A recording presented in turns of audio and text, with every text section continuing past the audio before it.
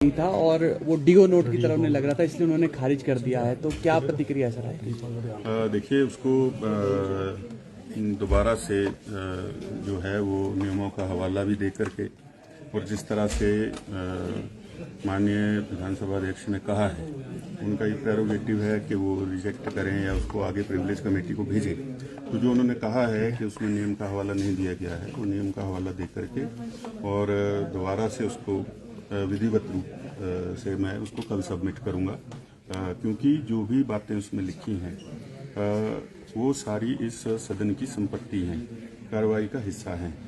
तो पूरा जैसा वो चाहते हैं नेक्स्चर लगा करके सब कुछ वो सारी चीज़ें, क्योंकि ये गंभीर मसला है और सदन के अंदर झूठे आंकड़े देना, झूठ बोलना, आज भी आपने देखा कि विपक्ष को कितनी बार वॉकआउट करना पड़ा है।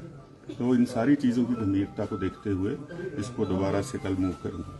सर आपको क्या लगता है कि जो लड़ाई है आप दोनों की कहीं ऐसा तो नहीं व्यक्तिगत तौर पर पहुंच गई, क्योंकि जिस तरह के बयान होते हैं मुख्यमंत्री भी आपको व्यक्तिगत तौर पर आपके खिलाफ बयानबाजी करते हैं, तो ये लड़ाई व्यक्तिगत चली गई राजनीतिक की जगह? व्यक्तिगत कोई लड़ाई नहीं है इसमें, मेरा तो व्यक्तिगत कोई मुद्दा ही नहीं है। इसमें बेरोजगारों का मुद्दा है, इसमें जो विधायकों को डिस्क्रिशनरी ग्रांट ऐच्छिक निधि पिछले सत्र में कहा था 1-1 लाख रुपया देंगे, वो मिली नहीं। जब सदन के अंदर कह दिया और मिली नहीं और कहा कि 3 दिन में 4 दिन में आप ले लो, आ जाएगी, ऐसी बातें हैं। और साथ में जो लगातार बजट पेश किए गए उनके अंदर जो बजटरी प्रोविजन करके तभी बजट का हिस्सा बने होंगे, घोषणाएं की, उन पर जो काम नहीं शुरू हो रहे हैं, तो इसका मतलब है कि लिख करके जो दिया जा रहा है और जो बोला जा रहा है वो कुछ और है और धरातल पर जो हो रहा है वो कुछ और है। तो मैंने उनके साथ कोई जमीन थोड़ी बांटनी है। तो मैं दूसरे दल में हूँ, वो दूसरे दल में है, ठीक है, सदन के नेता हैं, लेकिन उस पद की गरिमा का ख्याल तो उनको खुद ही रखना है। उसके लिए कोई दूसरा व्यक्ति थोड़ी आएगा ख्याल रखने के लिए। अध्यक्ष ने ये भी कहा कि कहा जा रहा है, विपक्ष में लगातार कह रहा है कि मुख्यमंत्री जो है सदन के अंदर झूठ बोल रहे हैं, कितना गंभीर मानते हैं? देखिए, इसीलिए तो ये विशेषाधिकार हनन का मामला उठाया था मैंने कि आज जो है नेता प्रतिपक्ष ने भी कहा है, जयराम ठाकुर जी ने, कि लगातार अंदर झूठे आंकड़े जो है वो दिए जा रहे हैं। तो फिर इससे तो अच्छा कि ऐसे प्रश्नकाल के बजाय तो आरटीआई के माध्यम से इंसान जो है वो कोई भी व्यक्ति जानकारी ले ले, तो इसका औचित्य क्या रह गया?